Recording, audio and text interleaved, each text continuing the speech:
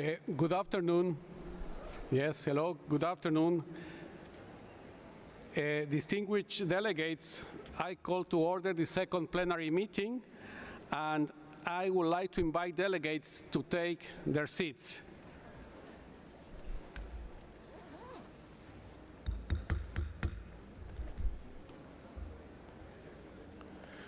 Please, distinguished delegates, if you could take your seats.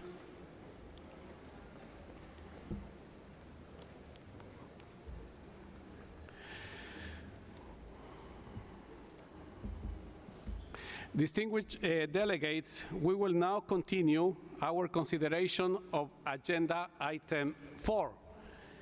But before giving the floor to the observers, I would like to propose that at this stage, the committee proceeds with the establishment of the contact groups and subgroups, after which the observers will have an opportunity to deliver their statements.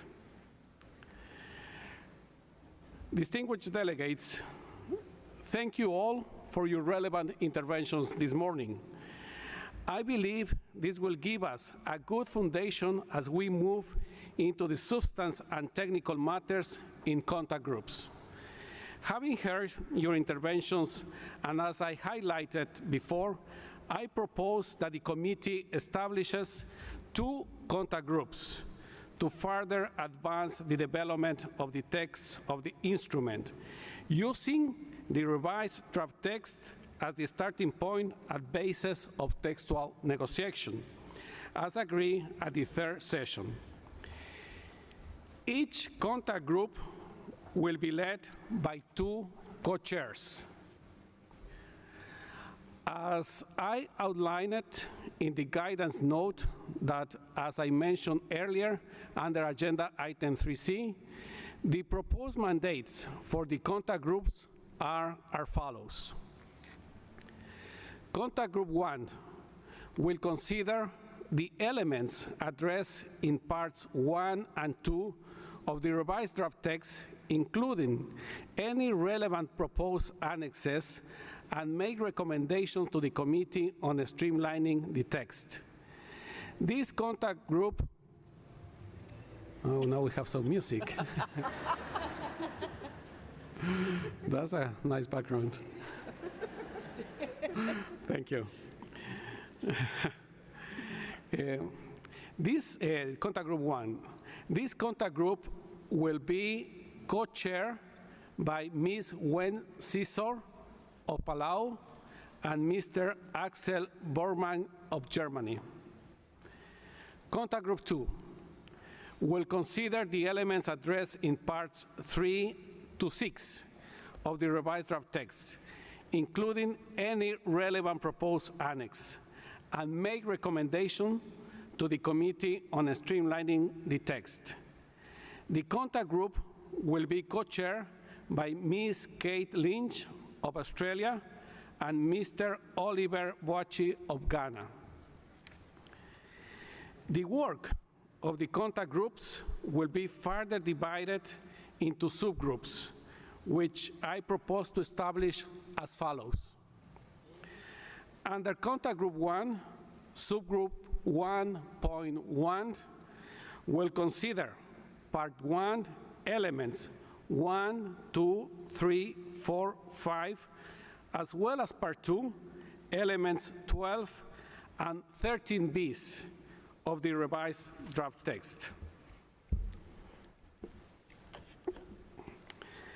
The subgroup will be co-facilitated by Ms. Sarah Eloui of Egypt and Mr. Julius Percy of the United Kingdom of Great Britain and Northern Ireland.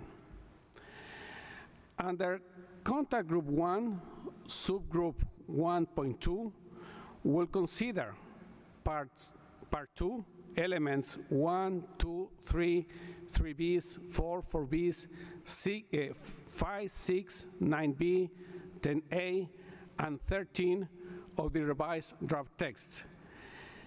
This subgroup will be co-facilitated by Ms. Maria Angelica Ikeda of Brazil, and Mr. Erlend Draget of Norway.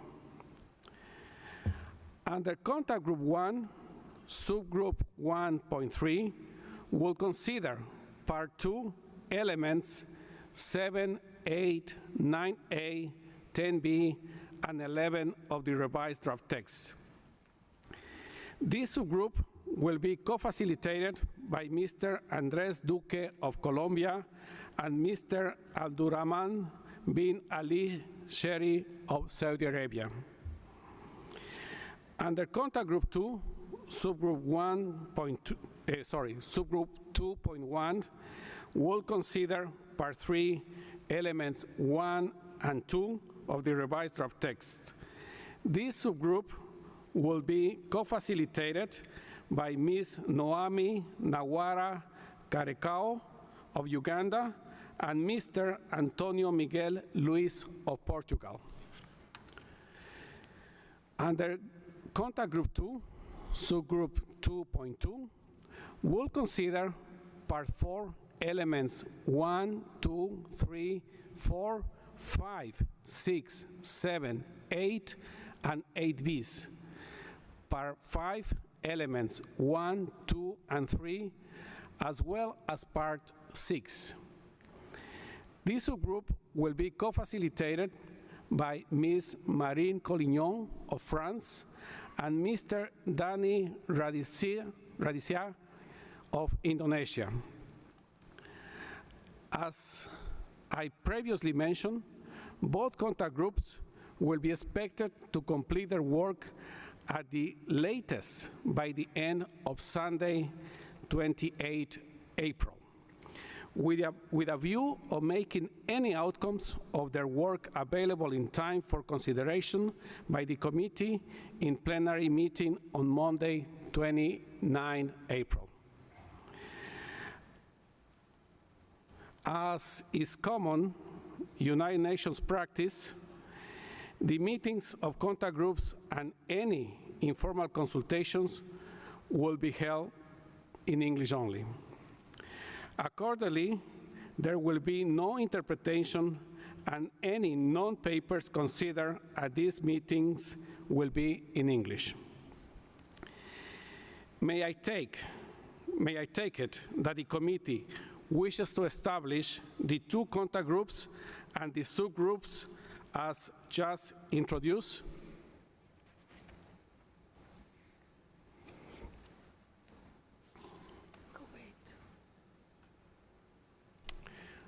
I can see Kuwait. You have the floor. Thank you, Mr. Chair. Yes, on behalf of the like-minded countries, we would like to thank you for your proposal. However, we think there is a necessity to ensure we have a first reading of the elements and options in the main contact group. This will allow us to go through each item and enabling a comprehensive understanding of all parties' preferences and viewpoints. And this approach will help narrowing down options, foster a fair and transparent process, and ensuring that every party's voice is heard and considered. Thank you, Mr. Chair. I think the delegate from Kuwait. Saudi Arabia, you have the floor.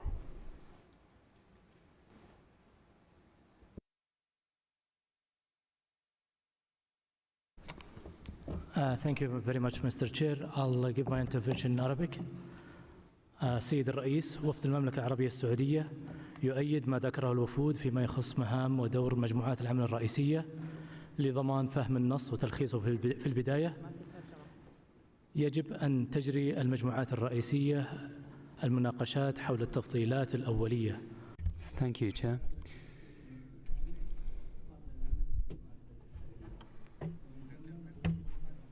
The interpreter cannot hear the speaker.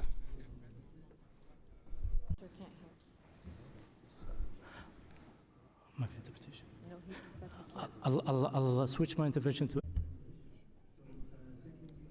We would like to support the intervention made by the chair of like-minded countries and we'd like also to have the sufficient time to go through the current options and proposals so we can hear everyone's opinions and we can end up with eliminating options that no one is in favor of. Thank you very much. I thank the representative of Saudi Arabia, and now I will give the floor to Senegal. Merci. Thank you, Chair. Senegal is taking the floor for the first time. Therefore, we'd like to start by thanking Canada for organizing this meeting, or hosting this meeting. We'd also like to congratulate you, Chair, on your appointment, and thank the Secretariat for everything they've done to organize this meeting. Senegal would like to come back slightly. And we'd like to raise a few concerns. We'd ask that enough time be allocated to civil society so that they can also speak. Because we hadn't planned to have national statements within the African group, we told everyone to hold back on their national statements. And that would really lengthen the day, and we'd hope for civil society to also have enough time to take the floor so that we can also hear them. Now, on your proposal, we accept your proposal on the contact group and subgroups and congratulate all the co-facilitators that have been appointed or nominated. We would also ask that we go straight into substantive work because we've had a lot of time already to read and reread the zero draft and then the revised draft. We think that we're maybe losing a bit of time, and we'd urge you to hasten our work slightly, Chair. And so I thank you. I thank the representative from Senegal, and now I will give the floor to the United Kingdom. Please, the UK, you have the floor. Thank you, Mr. Chair. And as this is the first time the UK is taking the floor, we would like to express our thanks to the Chair and the Secretariat, as well as Canada, for hosting us. We would like to express our strong support for the Chair's proposal on the establishment and mandate of the contact groups as set out in the guidance.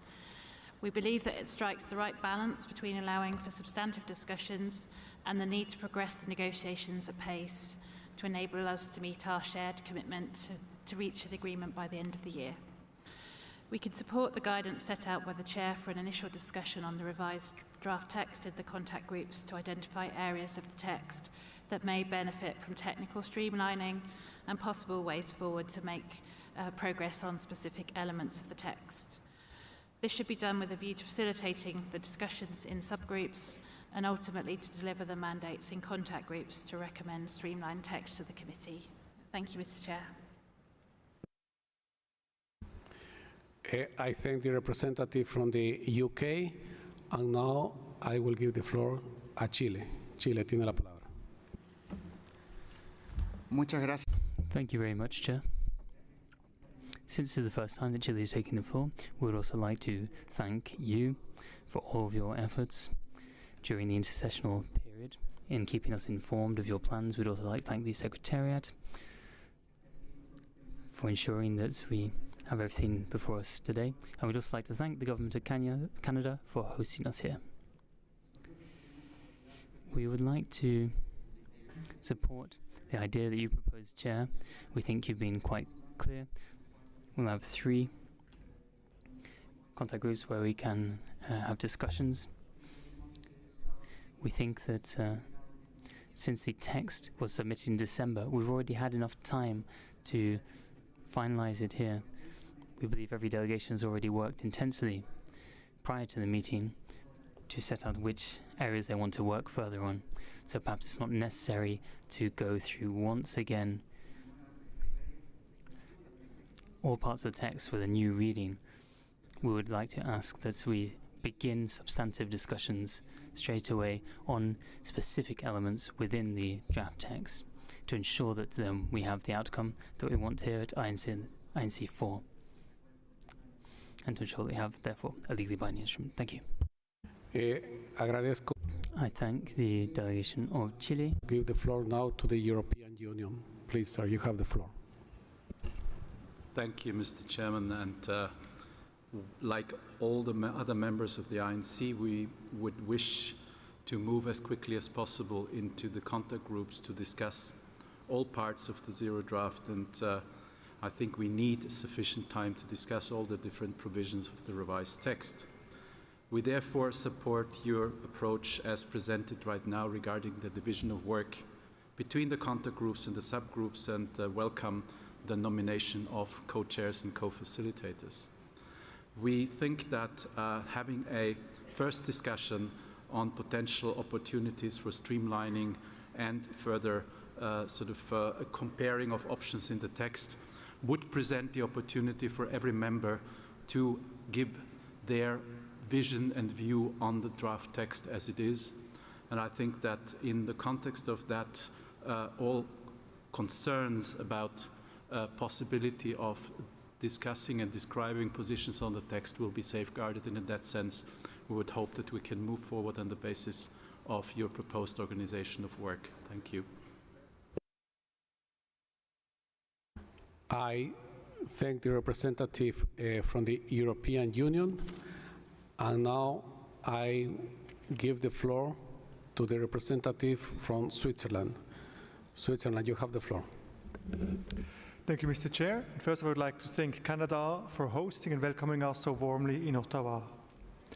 I'd also thank you, Mr. Chair, to provide a detailed organization of work that you have already elaborated ahead of the INC-4, that we had a chance to discuss in the HOTS meetings online, but also in the Bureau. So that was quite an inclusive and useful process. We support the outline structures you have presented it. We also congratulate the colleagues that have been nominated as co-facilitators. Really fully trust in their ability to guide our work. We also think it's very useful to move swiftly to contact groups, to work on those texts, to streamline them, to work on that, and then to move into subgroups for the more substantive discussions. I think that's very important, that we can get into the content, into substance, to work on technical issues, that we can also better understand where the issues lay, and work on those, that work towards our objective to finalize the work at INC-5. Thank you. I thank the representative from Switzerland.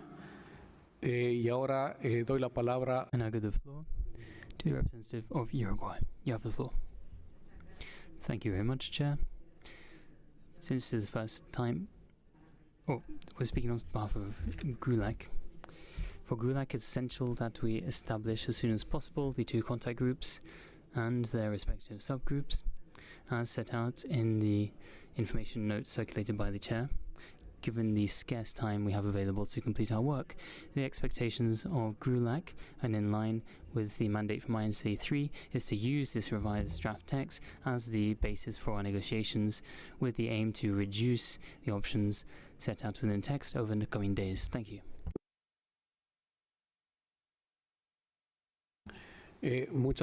Thank you to the representative of Uruguay.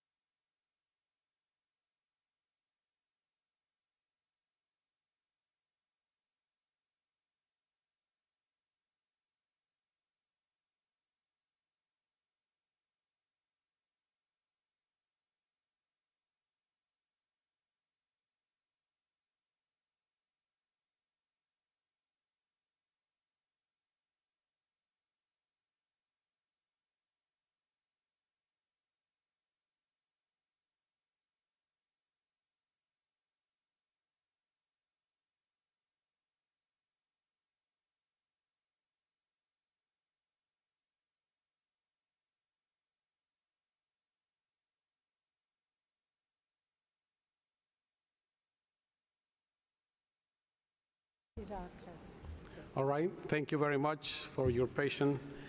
Thank you very much for your statements, for your interventions. Sorry. Iraq is asking for the floor. Please, you have the floor. Iraq. شكرا سيد الرئيس. عذرا من سيادة. Thank you, Chair. I'd like to apologize to you and my fellow colleagues because I'd like to ask a question and just ask for clarification on the proposed process. It seems clear that there are two main groups, two contact groups.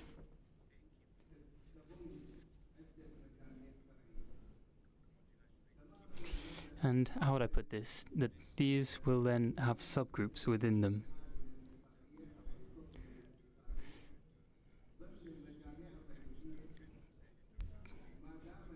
So what then will the main groups be doing in revising this text, since they will be subdivided into subgroups and the text itself will be divided into two parts? And those subgroups will then also divide the text even further. Why not go through the text as a whole by the main contact groups? Thank you.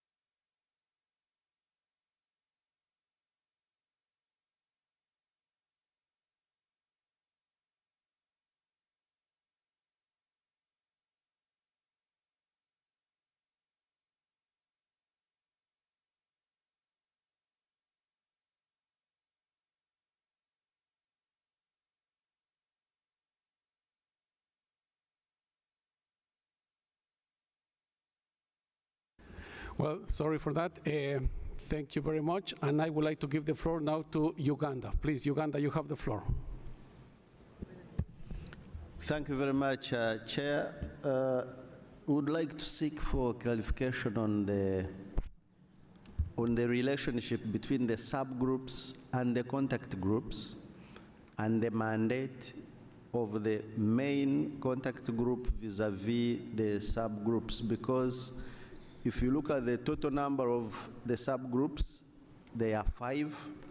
That would mean a country would need a minimum of 5 delegates to participate meaningfully in the negotiations. You may find that some delegates may not have the 5 delegates, so would like to be clarified whether work from the subgroup is going to be reopened in the contact group, so that we know that if a country has 2 delegates, they are still able to participate meaningfully in the process. Thank you, Chair.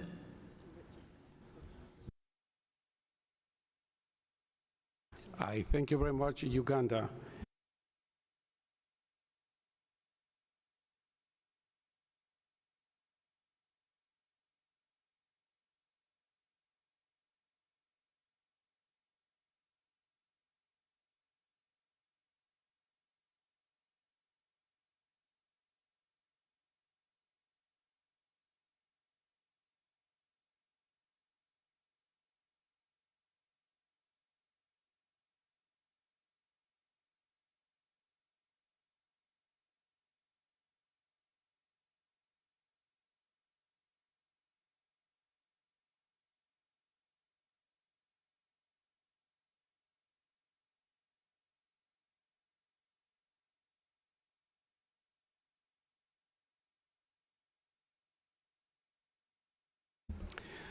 Thank you very much for your statements.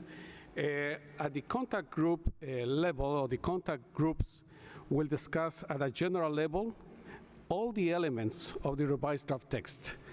And that will give us and will help us to pave the way for focused discussions in the subgroups. And also to clarify that we will have only 2 meetings in parallel. We are going to concentrate in no more than 2 meetings in parallel at the moment when we start our debates. And also to clarify that once discussions are taking place in the subgroups, and after these discussions, and after negotiating, and what is already agreed or discussed in the subgroups will be reported to the contact groups, and then contact groups will report to plenary. So that's what I intend to propose, and about the work of the contact groups and about the subgroups.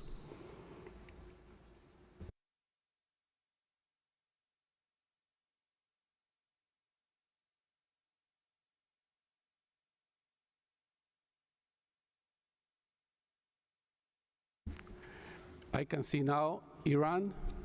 Sir, Iran, you have the floor. Thank you very much, Mr. Chairman, for your clarification. I think still for my delegation there are some ambiguities.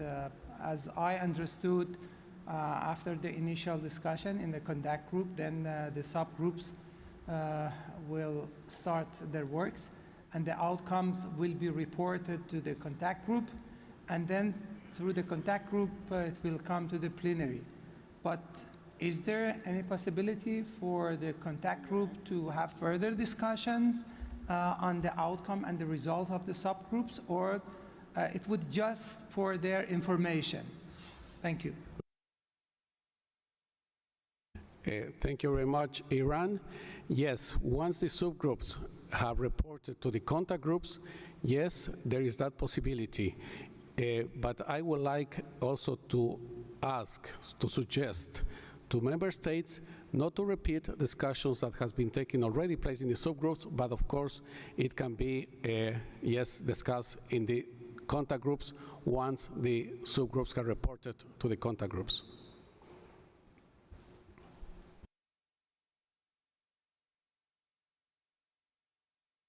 Vanuatu. Vanuatu is asking for the floor. Please, you have the floor. Thank you, Chair. The Pacific sits or PSITs thank the Chair for the opportunity to engage on this matter, and we would like to support the Chair's position as included in the scenario note to structure the contact groups into subgroups. We further support the Chair to immediately break into contact groups so we can commence the substantive discussions to progress the streamlining of the text. Thank you. Thank you very much to Vanuatu. I will give the floor now to the Russian Federation. Please, you have the floor. Thank you so much, Chair. We are pleased that we have moved on to the practical side of our work. We are here talking about the activities of the contact groups as well as the activities of the subgroups. However, as a result of the discussions which we have witnessed here now, a question has arisen.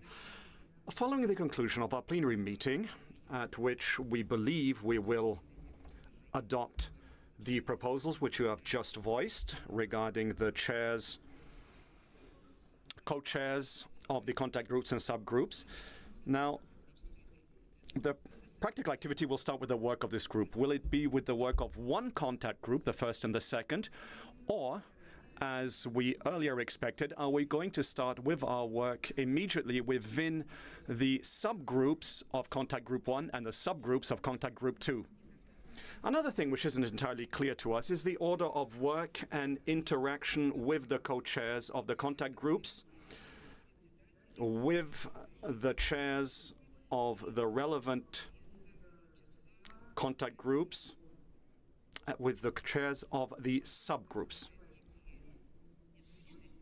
This isn't entirely clear when it comes to our work, and as a result of this, we would like to turn to you to clarify things. Thank you.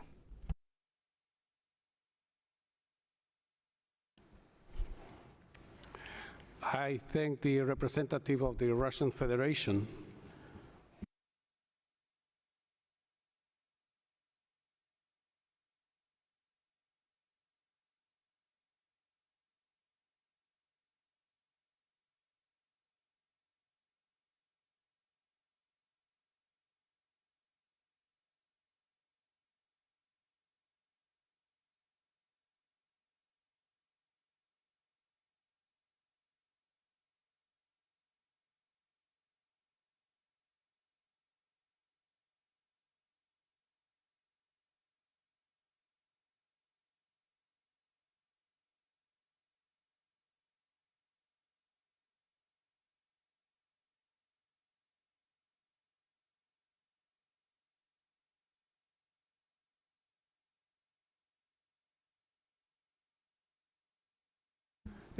Thank you very much. Just to clarify, and I thank you for your statements, the chairs of the contact groups will run initial discussions. That's what I'm proposing. We'll then support with the support also of the co-facilitators as they run discussions in the subgroups. Subgroups do report back to the contact groups, and as I mentioned, with the possibility of also having discussions when they report back to the contact groups. So that's also a possibility.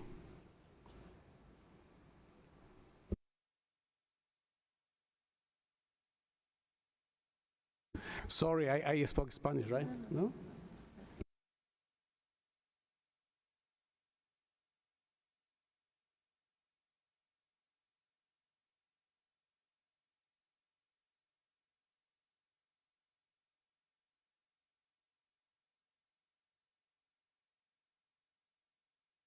Yes, my proposal is that we start, after adopting this proposal, that we start working with both contact groups in parallel. So there will be 2 meetings, no more than 2 meetings in parallel, so the 2 contact groups will be working in parallel if we agree so.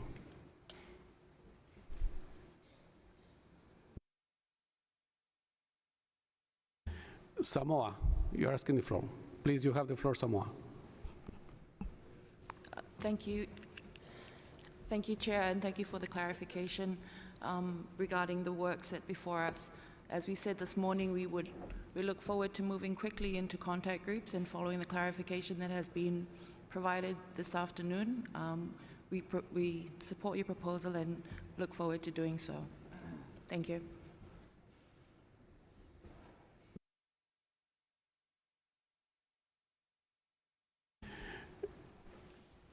Thank you very much. And now I give the floor to Ghana.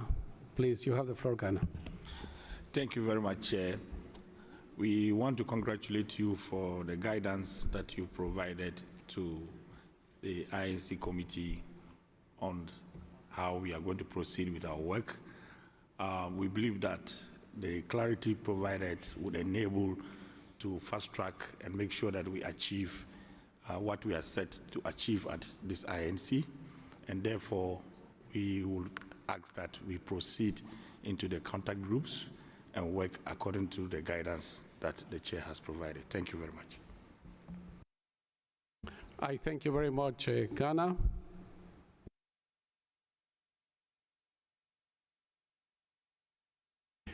Just about the question before, also just to be clear, contact groups will not run at the same time as the subgroups are, if they are working.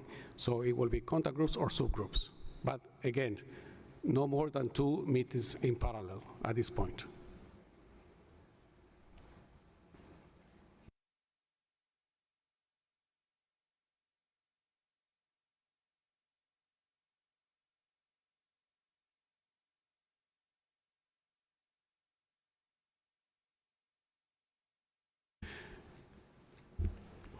Distinguished delegates, with the clarifications provided, may I take it that the committee wishes to establish the 2 contact groups and the subgroups as proposed?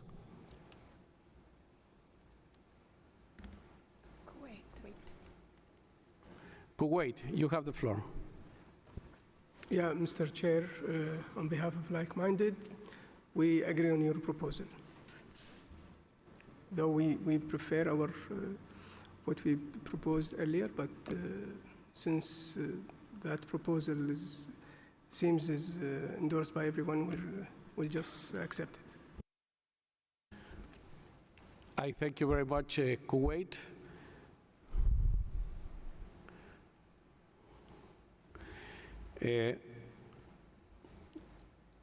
I see no objections. It is so decided.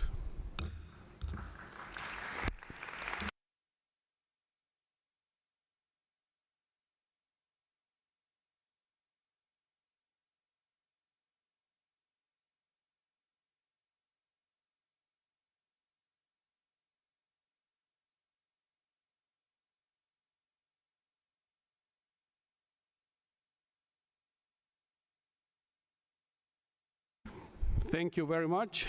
Now, the Secretariat will provide additional information on the timing and location of the meetings of the contact groups. Secretariat, you have the floor. Thank you, Mr. Chair. Contact Group 1 will meet in Canada Hall on level 1, and Contact Group 2 will meet in Gatineau Room on level 2, immediately after this plenary and until 7 p.m. this evening. The rooms are indicated on the signs in the venue. Member delegates are kindly requested to collect their nameplates at the entrance of the respective conference rooms.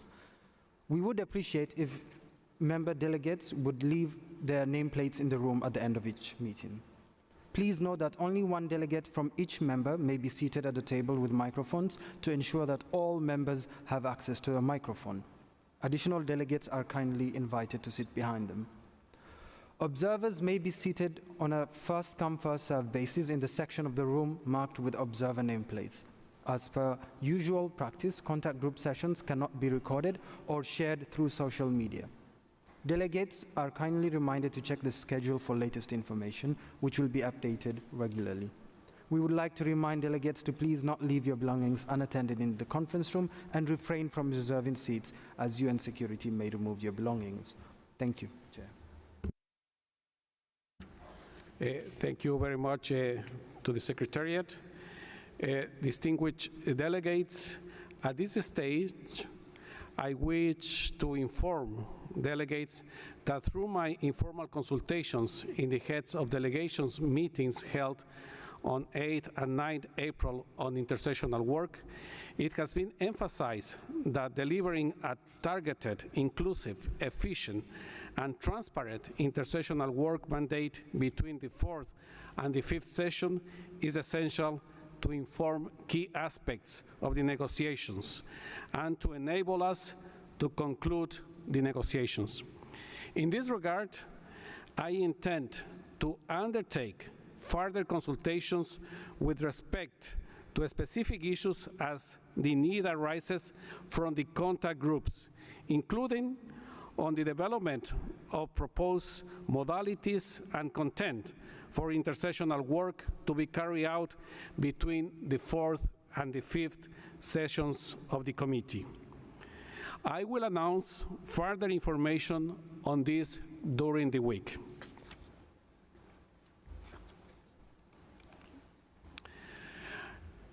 I will now open the floor for statements from observers, starting with intergovernmental organizations, followed by UN system entities, and followed by not governmental organizations. Please limit your statements to 2 minutes. Once again, please keep your interventions short and focus on the revised draft text. As mentioned previously, I will prioritize those speaking for alliances, coalitions, and groups. I can see in my list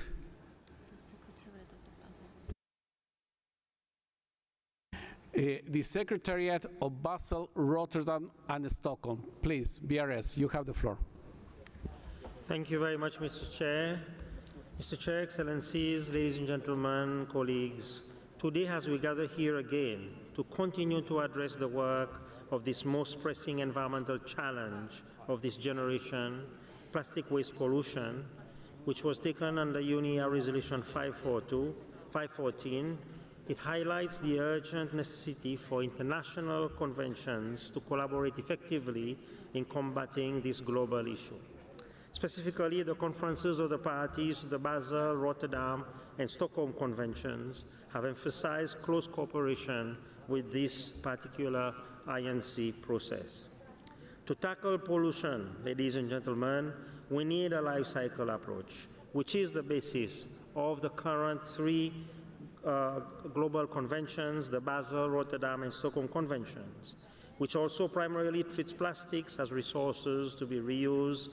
Such tried and tested approaches minimizes waste generation, promotes resource efficiency, and reduces environmental impact across the entire plastic life cycle. Indeed, the Basel Convention, for instance, requires measures to minimize plastic waste generation and manage such waste in an environmentally sound manner. It also controls transboundary movements through a prior informed consent procedure.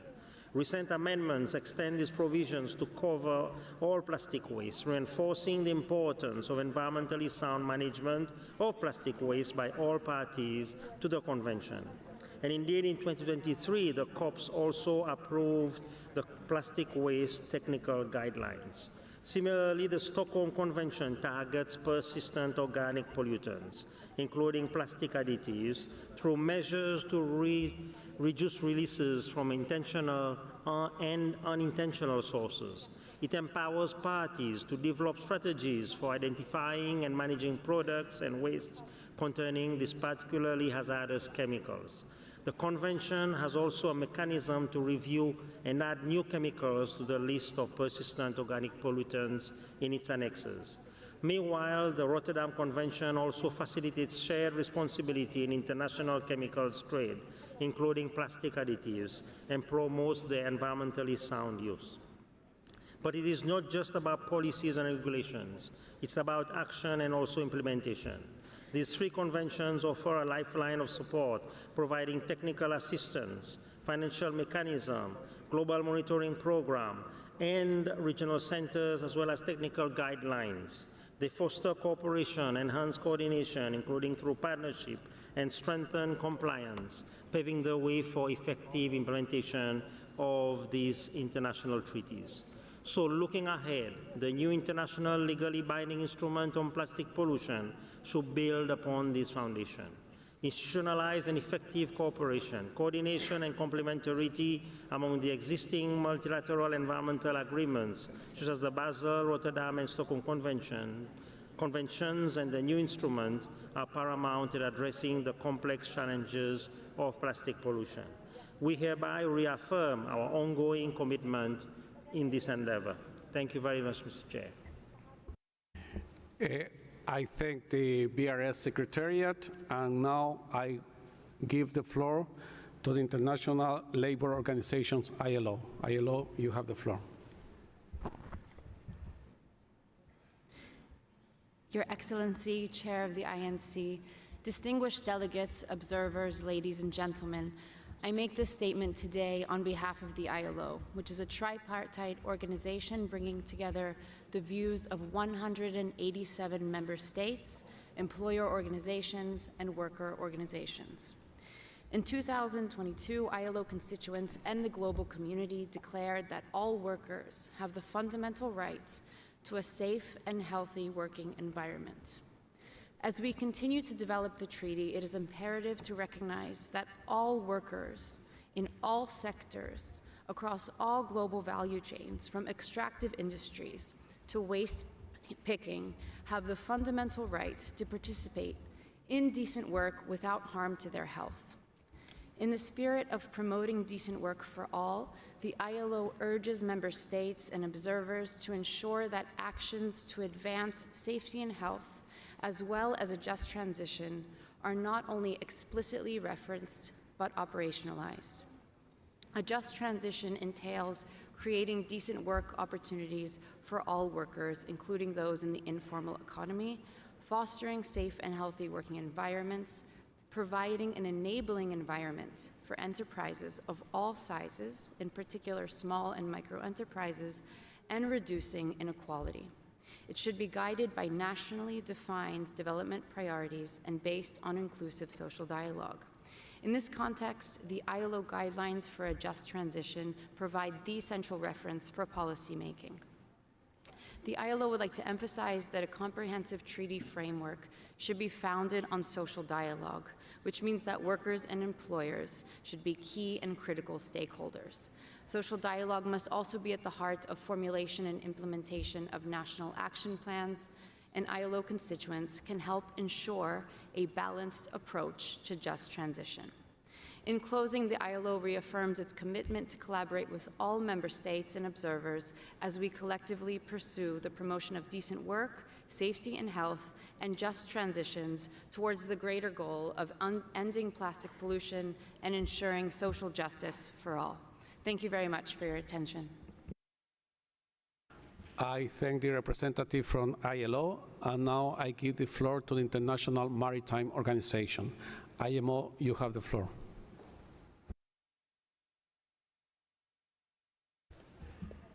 Thank you, Mr. Chair. Distinguished delegates, IMO has been regulating the issue of marine litter for the last 50 years. With respect to shipping, Annex 5 of MARPOL is the global convention that contains requirements for the prevention of pollution by garbage from ships, which includes fishing and vessels and floating platforms. Since its entry into force in 1988, MARPOL Annex 5 has regulated the disposal into the sea of all forms of plastics generated during normal ship operation, and these have been prohibited. This prohibition extends to fishing gear disposal and line scraps generated by the repair or operation of fishing gear. Also, the 1972 London Convention and the 1996 London Protocol set global regulations to prevent pollution from dumping of waste and other matter at sea, including from plastics. Notwithstanding these requirements, IMO has recognized that further action is needed and has adopted a strategy and action plan to address marine plastic litter from ships. In addition, IMO recently approved recommendations for the carriage of plastic pellets by sea in freight containers, which address packaging of plastic pellets, transport information, storage of freight containers containing plastic pellets on ships. Furthermore, the work of IMO is supported by the Joint Group of Experts on the Scientific Aspects of Marine Environmental Protection, GESAMP, a joint UN advisory group that has been addressing the issue of marine litter and microplastics since 2010 on behalf of its 10 UN sponsoring organizations. In conclusion, IMO is regulating and building capacity of several of the topics under discussion here today. We are supported by our technical cooperation program and a series of donor-funded major projects and partners within the UN system and beyond to ensure that the implementation of these regulations is further strengthened globally. We remain ready to provide input, advice, and technical information to assist the Member States in the deliberation at the INC, and in this regard, the annex to our longer uploaded written statement contains further information on our work to assist these important negotiations. I thank you. I thank IMO, and now I give the floor to the Office of the United Nations High Commissioner for Human Rights. Please, you have the floor. Muchas gracias, señor presidente.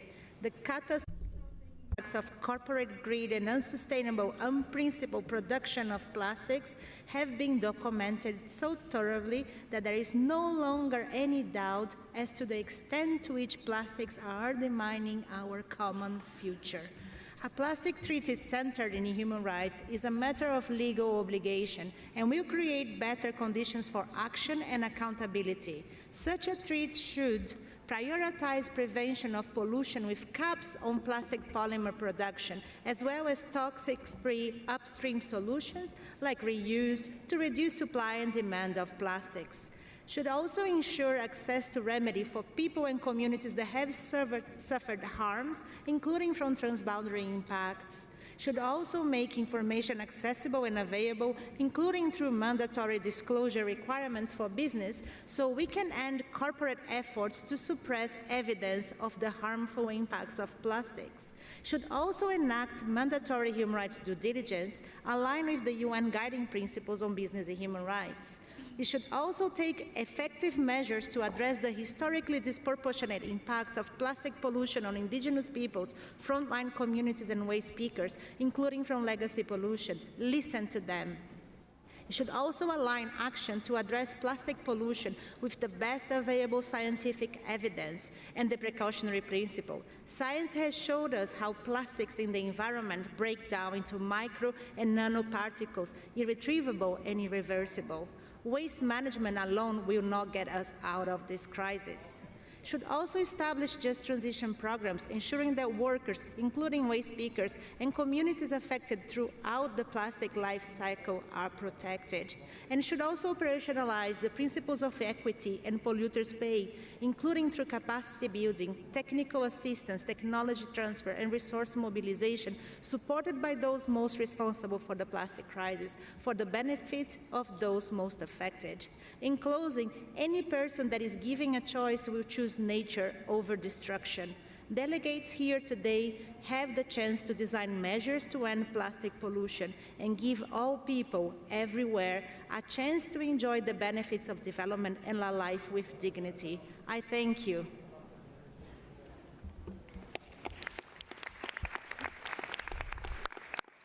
Agradezco a la representante de la Oficina del Alto Comisionado de las Naciones Unidas para I thank the representative and give the floor to the World Health Organization.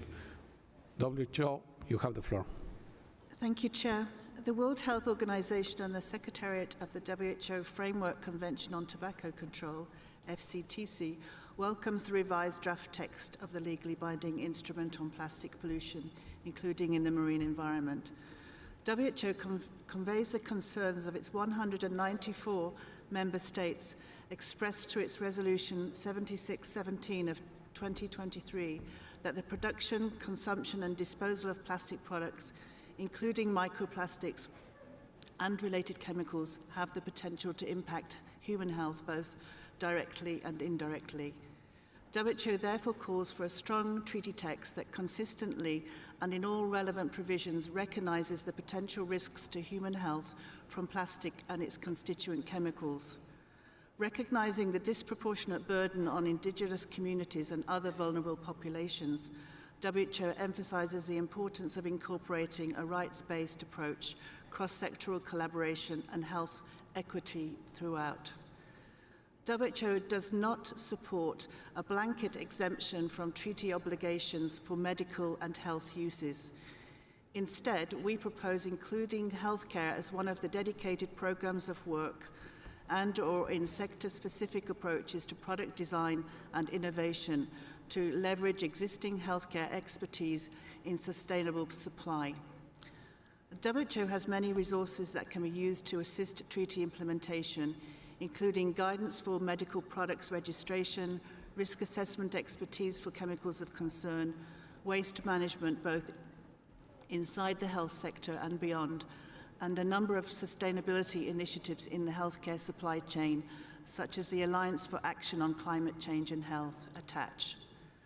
WHO seeks that the treaty fully acknowledges this work as well as relevant WHO resolutions, including Resolution 7617.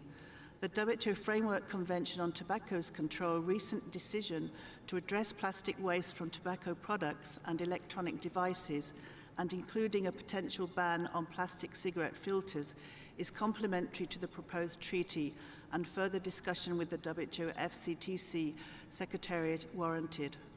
We have uploaded a more detailed statement and come prepared to share suggestions for further strengthening health in the proposed treaty. Thank you. I thank the representative from WHO. Now I give the floor to the International Chamber of Commerce. Mr. Chairman, Your Excellencies, distinguished delegates, my name is Raylene Martin, and it is my honor to address you on behalf of the International Chamber of Commerce, the world's largest business organization. We extend our sincere thanks to the INC Secretariat for their tireless efforts in preparing this fourth INC meeting, and to the Government of Canada for hosting us in this beautiful city. As ICC, we remain deeply committed to supporting parties to secure an ambitious, effective, and workable agreement by the end of 2024 that rallies all actors of society and sets the frame and direction for ambitious business action. At this critical juncture, it is imperative that this fourth session forges a clear path forward. We see three priority areas where we would like to see tangible outcomes. Firstly, we strongly believe that a circular economy approach should be at the heart of the treaty. With broad support to maximize circular approaches, we call on parties to align on mechanisms to enhance circularity throughout the plastics life cycle, including harmonized standards and systems for product design, reduction, reuse, and repair, as well as effective extended producer responsibility schemes. Secondly, we see an opportunity to focus discussions on addressing the most problematic and avoidable plastics, particularly those with a high risk of leakage to the environment that hamper an effective circular economy for plastics. And any measures must be underpinned by evidence-based criteria and with an application-based approach. Thirdly, and most importantly, an ambitious agreement can only be successful if backed by effective means of implementation for the real economy that can drive real business action and innovation, and also takes into account the needs of micro, small, and medium enterprises, in particular in developing and emerging economies. Excellencies, distinguished delegates, the task ahead is great, but not impossible. The world needs you to show determination and political will to create the conditions for success here in Ottawa, to take forward a streamlined text for final negotiations at INC-4, and to mandate intersessional work on substantive issues. We are committed to work with you in this historic endeavor. Together we can and must bring the change that our planet and people deserve. Thank you. Thank you, International Chamber of Commerce. I see my list now, International Union for Conservation of Nature. You have the floor. Thank you, Mr. Chair. As a voice of nature and conservation, IUCN stresses the importance of including biodiversity as a central element of these negotiations and the legally binding instrument. With this in mind, we recently released our proposal for the legal text of a specific biodiversity article for the revised Zero draft, and we welcome the support it has received from states and stakeholders alike. We are proposing that this specific article would be included in Part 4 of the revised Zero draft, following Article 8b's on health aspects, in order to foster cooperation and convergence between the legally binding instrument and the Kunming-Montreal Global Biodiversity Framework commitments undertaken by states from the outset. This would allow the legally binding instrument to start off life following in the steps of the BRS conventions, the Minamata Convention, and the Convention on Migratory Species, which have all recognized the connections between their provisions and the Global Biodiversity Framework in recent COP decisions and policies. Chair, this article is critical for the legally binding instrument because the impact of plastic pollution on biodiversity is everywhere. We depend on healthy ecosystems for survival, and they depend on us to regulate plastic pollution for their protection and continued vitality. The IUCN delegation, including its World Commission on Environmental Law, stands ready to advance the proposed biodiversity article and to assist members throughout the INC process in contact groups and in intersessional work. Thank you so much. Thank you, IUCN. Now I give the floor to the Central American Integration System. You have the floor. Thank you, Mr. Chair. I'm going to switch to Spanish. En atención a que hoy se le... Since this is the United Nations Day for Spanish, I will speak in Spanish. Chair, members of the Secretariat, we'd like to thank you for allowing us to take part in this session. I speak on behalf of the Central American Society, representing the countries of Central America. Our countries have achieved points of common interest in order to provide contributions to this instrument. I won't go through all of them, but I think the Representative Grulek has already presented a few of these this morning. We believe that the full life cycle of plastics and circularity should be taken into account. On problematic and avoidable plastics, these should be reduced, replaced, and ensured that we can reuse them. We have to promote eco-design, taking into account various phases of assessment, materials, their use, their reuse, and recycling, and also the labeling in terms of sustainability. On replacements, which are not plastic, we need to ensure that countries provide an adequate focus to this, to ensure that their products don't affect human health or the environment. On extended producer responsibility, we think that countries need to set out achievable targets according to realities in each country. On financial resources, we have to consider adaptations according to the conditions of countries, including financing and the involvement of various actors. On capacity building, technical assistance and technology transfer, we should consider existing norms and technical capacities in place for the creation of technologies, taking into account local capacities and the capacity to maintain these. On monitoring of the implementation of the instrument, we need to include transparency and dissemination mechanisms and to ensure that plans are assessed at global level and also have minimal global standards and targets. We also need to consider both human health and environmental health and promote communication of the rights when it comes to consumers. Thank you. Muchas gracias. I thank Sika. Give the floor to Global Youth Coalition on Plastic Pollution. Thank you for the floor, Mr. Chair. My name is Susanna Schofield from the United States, and I'm speaking on behalf of the Global Youth Coalition on Plastic Pollution. We welcome the INC Secretariat's continued commitment to youth and stakeholder engagement within this process. Channeling the perspectives of thousands of children and youth globally, these are the priorities we would like to see addressed during the negotiations. First, we must recognize that plastic pollution affects population groups differently, and we urge for a focus on safeguarding the health and rights and supporting the participation of those who are most harmed but least heard, including children and youth, women, indigenous peoples and local communities, informal waste pickers, workers, and other rights holders. Second, explicit recognition is needed of the unfair burden of transboundary plastic waste on SIDS, LDCs, and developing countries situated downstream of international watercourses, a form of neo-waste colonialism. Additionally, capacity building and technology transfer should not be reflected as solely a one-way flow from global north to global south countries, but be a dynamic process that recognizes the value of innovation in global south countries and promotes knowledge co-development, global cooperation, and just transition towards environmentally sustainable economies and societies for all. Third, further explicit focus is required on the upstream part of the plastics life cycle, especially on primary plastic production.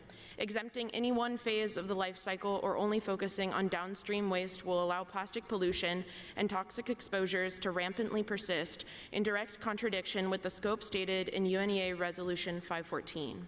Fourth and finally, we would like to see the delivery of binding control measures on all forms of plastic pollution, including hazardous chemicals used and present in plastics, providing transparent, traceable frameworks of accountability. It is central to establish time-bound and progressive binding targets to reduce primary plastic production by curtailing upstream activities like fossil fuel extraction and overconsumption of feedstocks. We, the children and youth, in all our diversity, remain committed to intergenerational cooperation and reaching an equitable and just legally binding instrument born from the collaborative priorities of member states, children and youth, and other stakeholders to ensure a future where our health and human rights are not threatened by plastic pollution. Thank you. I thank you to the Global Youth Coalition on Plastic Pollution. Now I give the floor to the Indigenous Peoples Caucus. Please, you have the floor.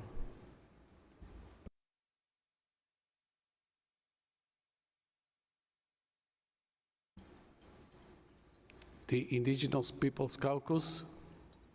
Yes, you have the floor, sir.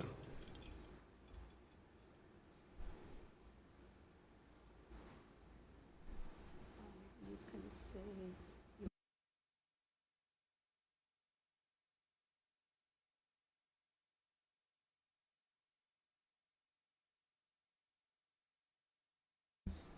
Maybe for the technicians, it's microphone 63.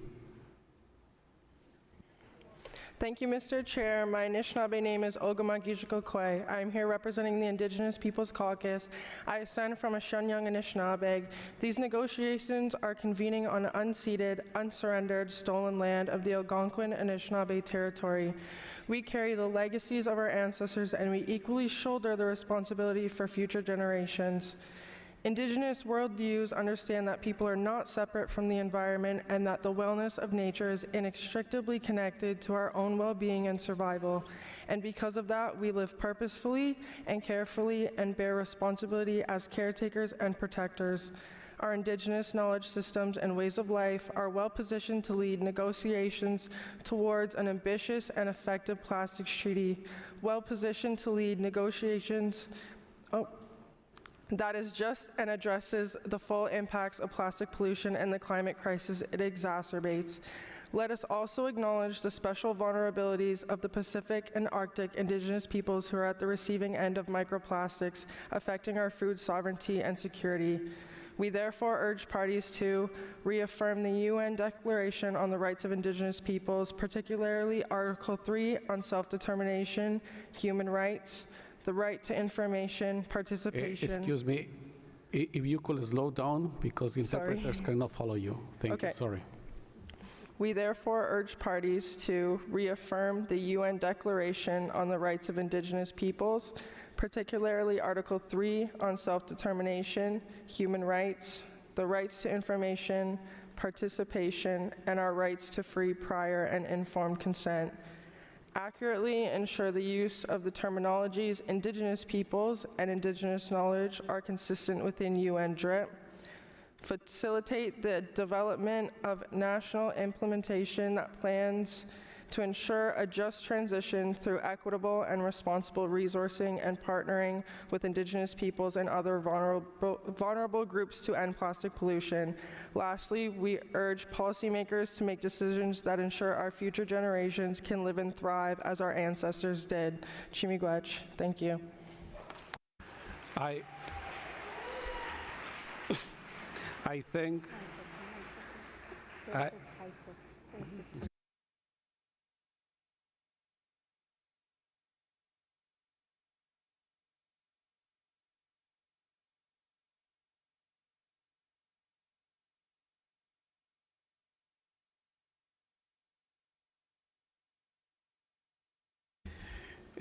think the Indigenous Peoples Caucus, and now I give the floor to Women's Working Group on Ending Plastic Pollution. And that's Mike 51.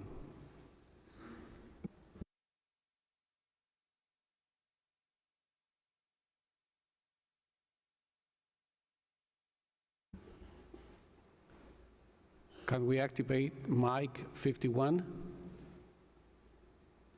Thank you. Thank you.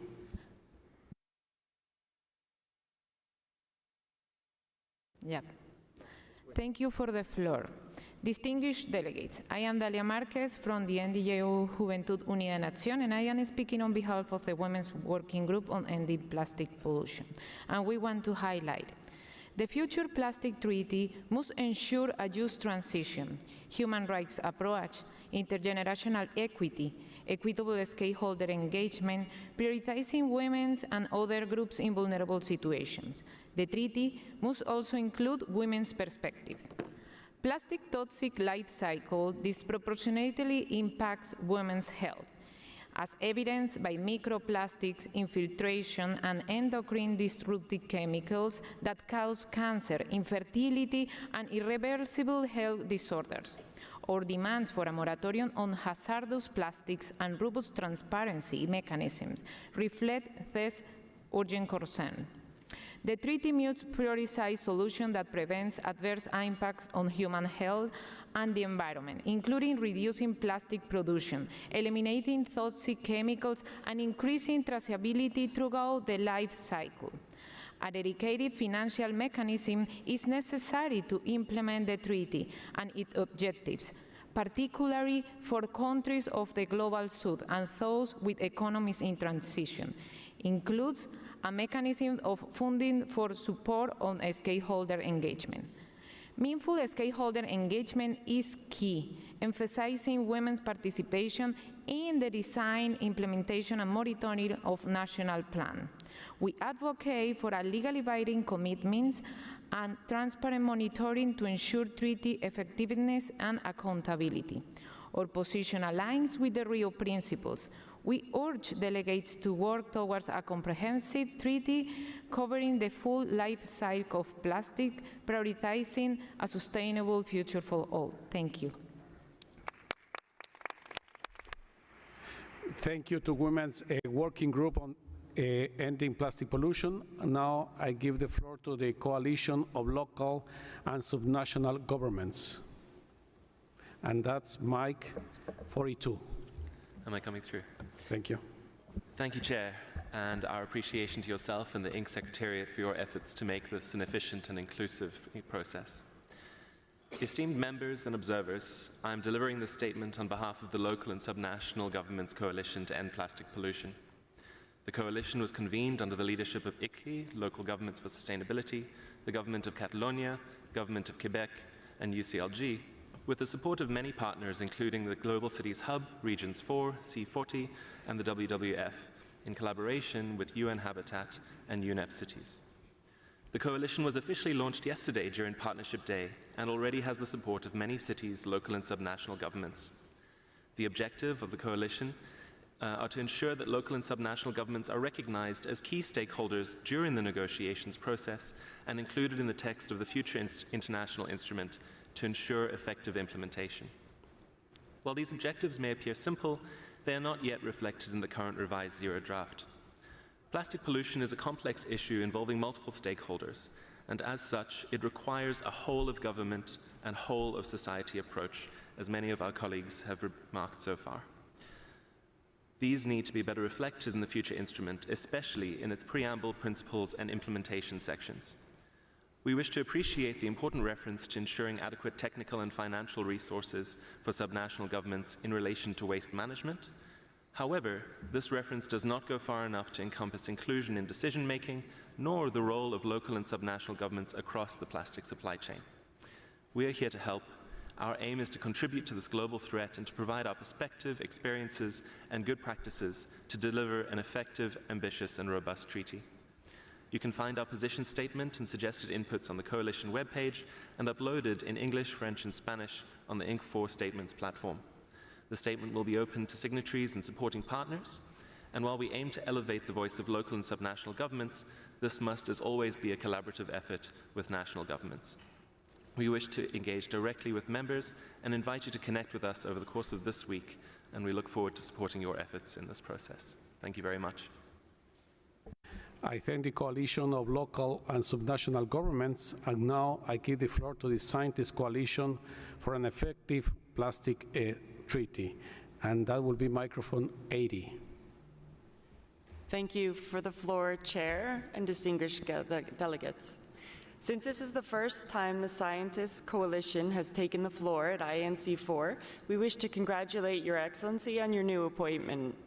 The Scientist Coalition are now over 350 independent plastic pollution scientists from over 60 countries, and there are 60 of us here at INC-4 ready to provide trusted scientific evidence to member states and stakeholders. We are all voluntary and have been supporting evidence-based decision-making around our full-time jobs in academic and research institutes since INC-1. We urge member states to support the mandate to initiate the following crucial intersessional work before INC-5.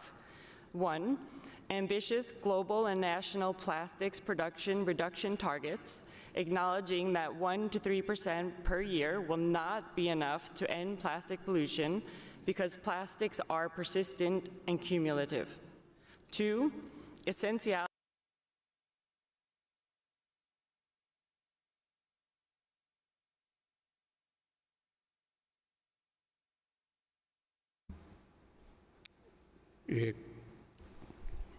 Can we fix the microphone?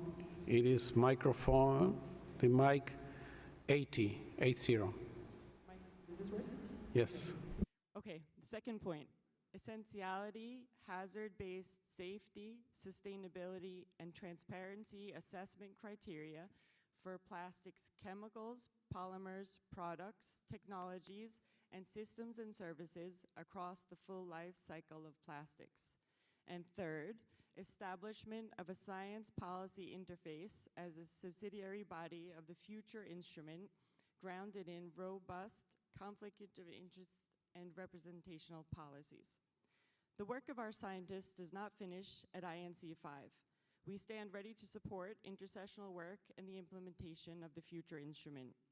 The expertise of our multidisciplinary academic scientists, combined with the expertise of original scientists, including the indigenous peoples with many generations of knowledge and skills, communities on the front line and fence lines of plastics pollution, including waste pickers, citizen scientists, and others, will collectively provide the effective and comprehensive responses needed to address the social, ecological, and economic complexities of the global plastics crisis. Thank you.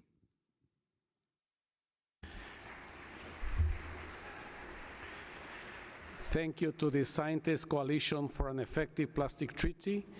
Now I'd like to give the floor to Stop Tobacco Pollution Alliance, and it's mic 68.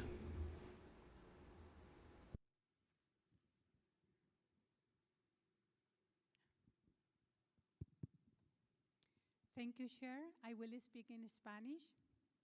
Hablo en nombre de Health Justice, Action Smoking and Health y otros miembros del Pollution with plastics is a critical issue for basic human rights.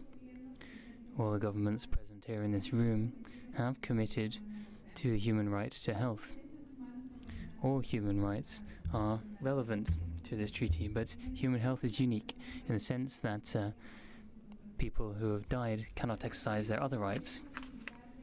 We have the right to enjoy the highest level of physical and mental health, and governments have the duty to comply with this. Many aspects of this topic are complex and difficult, but some are simple and easily reachable. Therefore, they should be compulsory. This includes filters for artificial cigarettes, as set out by WHO. Most governments are part of the WHO. This organization recognizes that these are avoidable and problematic. Billions of toxic plastics are rejected into the environment every year, and they're one of the highest causes of avoidable death throughout the world.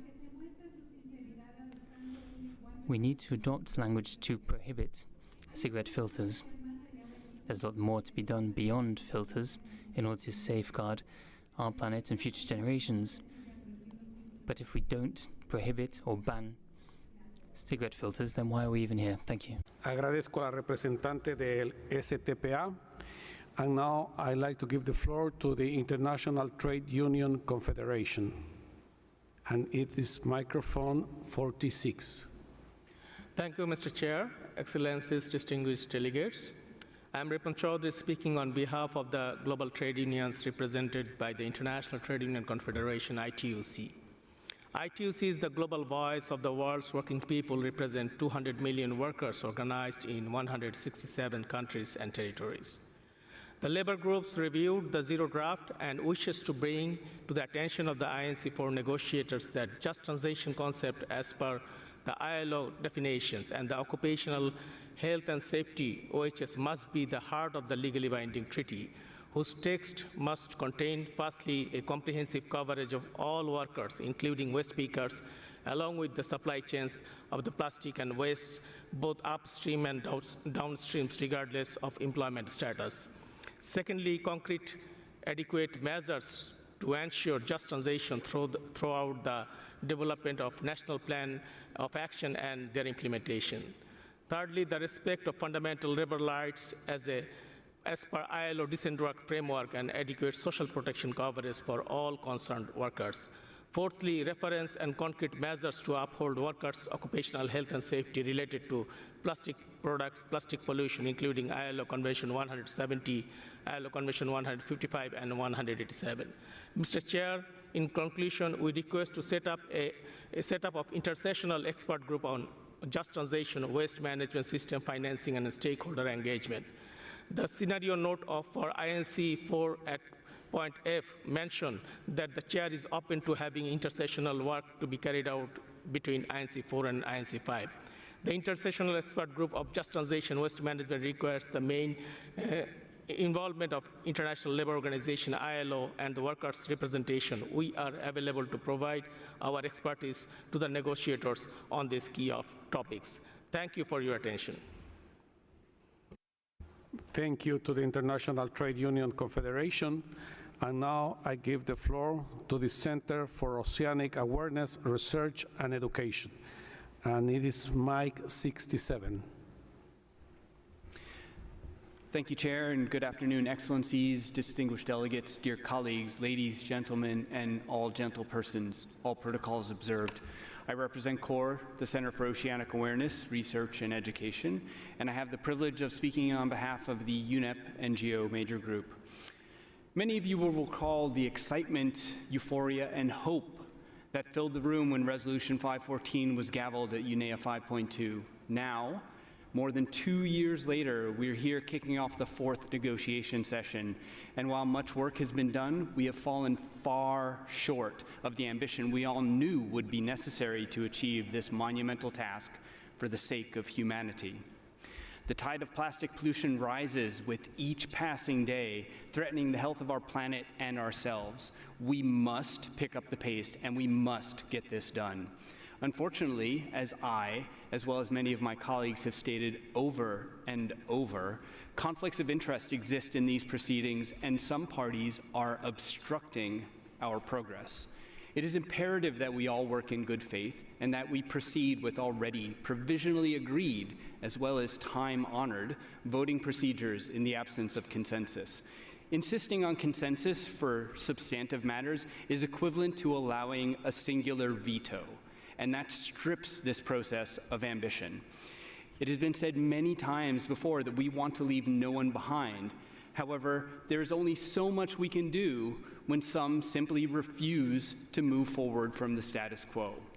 Like a child who wants to have their ice cream before they eat their vegetables, we simply cannot cave to those who refuse to allow progress.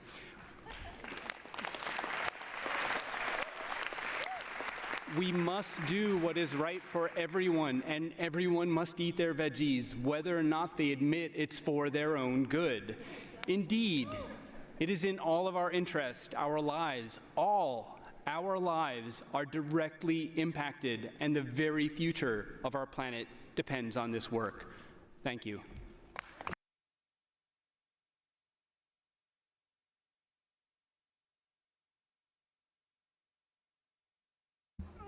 I thank the representative of the Center for Oceanic Awareness, Research and Education.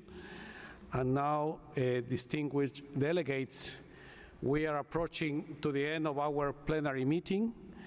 Before I adjourn this meeting, let me invite the Secretariat to make a final announcement. Please, the Secretariat, you have the floor. Thank you, Mr. Chair.